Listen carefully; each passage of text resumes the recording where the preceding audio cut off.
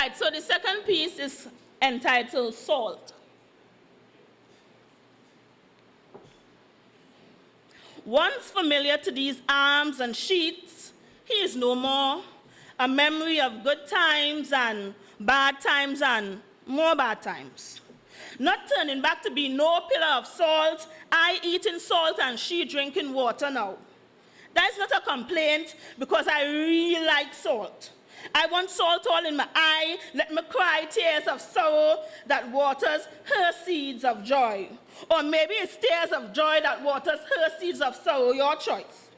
Teeth from teeth make God laugh. So while she bears his fruits, I will reap the harvest of nothingness. The grass is never greener on the other side, so we have nothing to harvest but some delusion that a revisit is possible. To her, never say never, but I saying we. Pop culture. Not everything in the dark must come to the light, and it have no spark that will make this bright. I focus now, aged and wiser now, and somehow their mental and emotional growth stunted. But I, out of that equation, packed my bag and mounted a jackass and took a slow walk out today. So now I on the outside, I don't even want to look in, but like this thing spin. Same script, different cast with two recurring characters. What me ask? So when one woman hurts, all women feel, so she say, I say the world is a cycle and karma, that female is a for real. So I agree. I agree if you make your bed, lie on it, roll on it, and if you must cry, then cry on it, because after all, you earned it when you spread it. I'm not trying to be disrespectful. It's a fact that all is fair in love and war. And I'm not here to settle no score. I'm just trying to bow out gracefully. I don't want no fire stick, no phoenix that will rise up from the ash, because that is trapped. So lady to lady, hear me. I'm not here for no scrutiny, captain your ship without mutiny, sail into the sunset with your victory, and all you do, just leave me. Thank you. Thank you very much.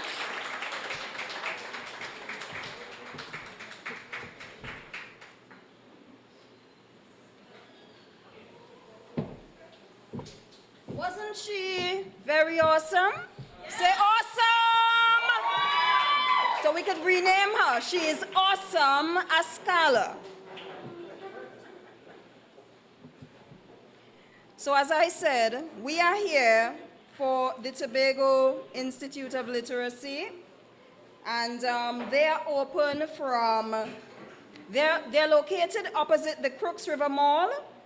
They are open on a daily basis, Monday to Friday, from 8:30 to 4:30 p.m., and they are there for people who have learning or reading problems, right? So they are willing to take people from point A to point B.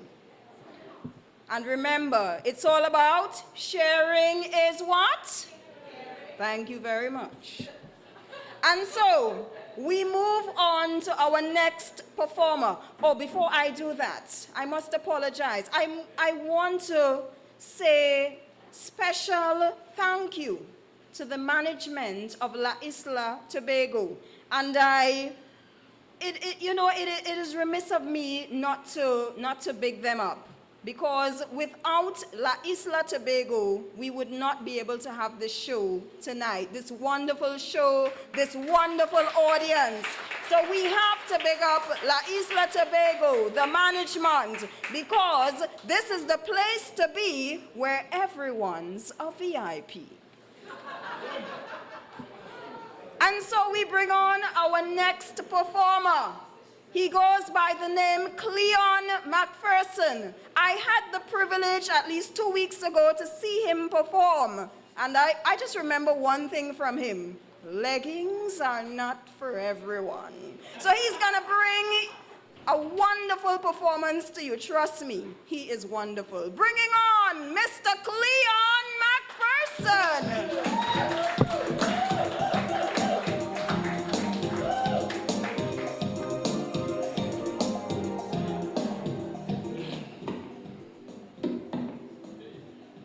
Good night.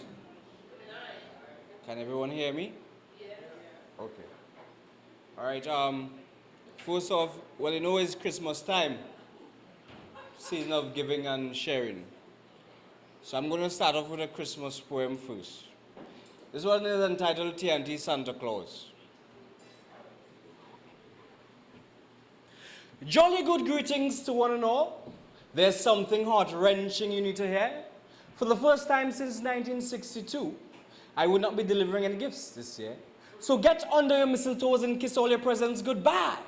Because today's the day I parked up my sleigh as you continue to slay innocent bystanders and passers-by.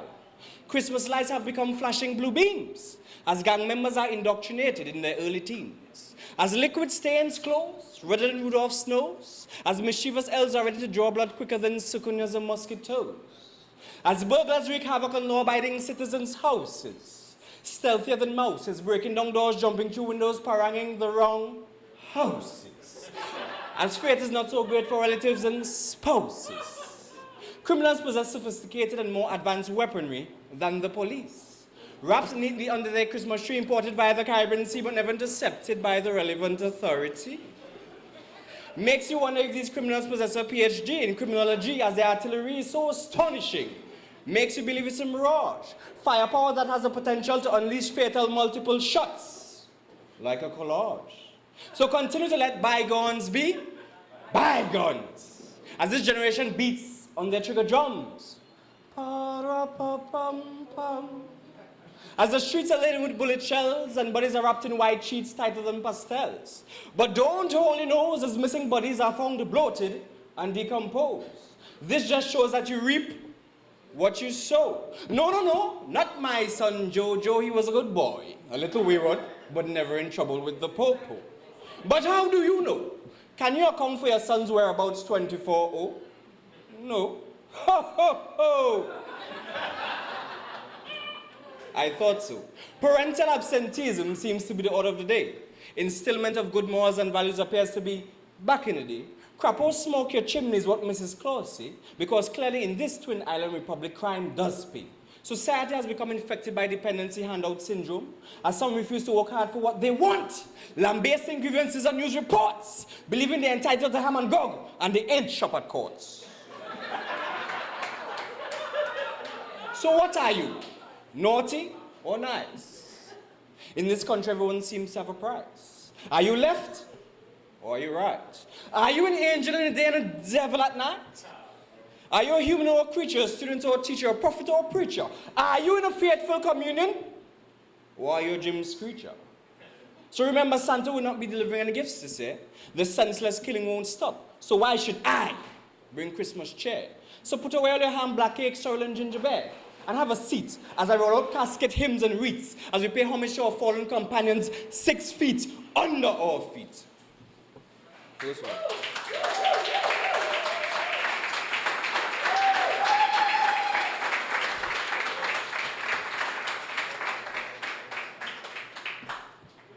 So this next one is entitled Vagrant.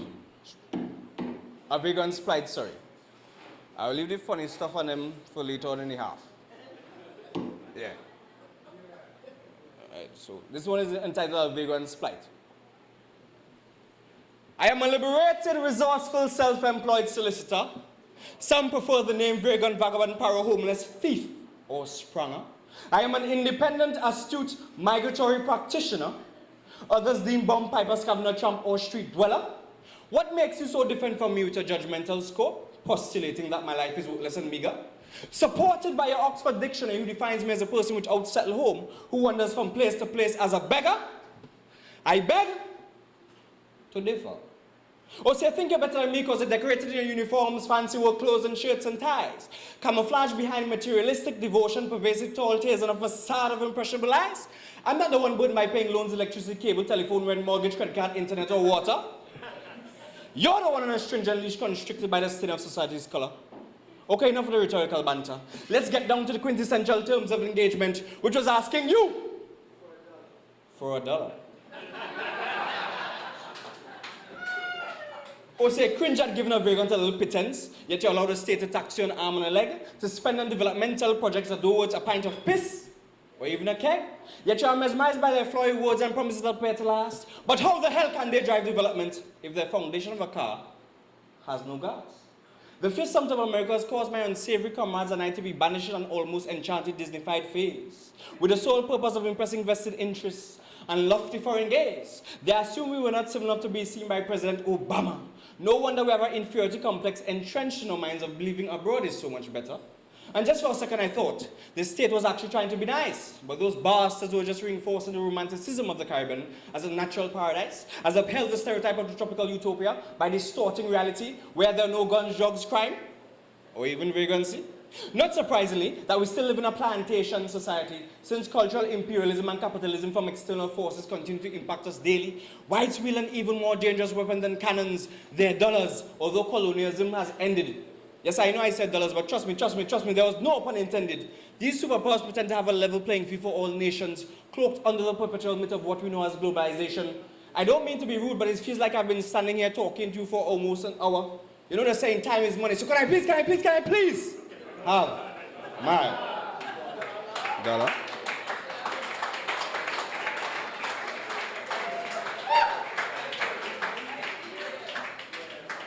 Or so you think you're better than me because you drive expensive automobiles, you reside in massive houses and dine at exquisite posh restaurants, thinking your life is a holy grail?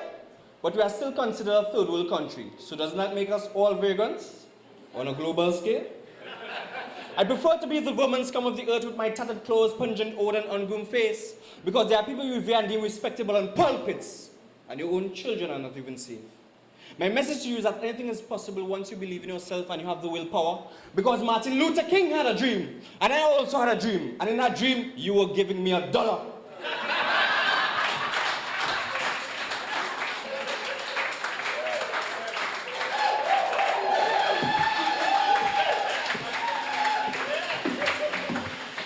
Somebody say Cleon.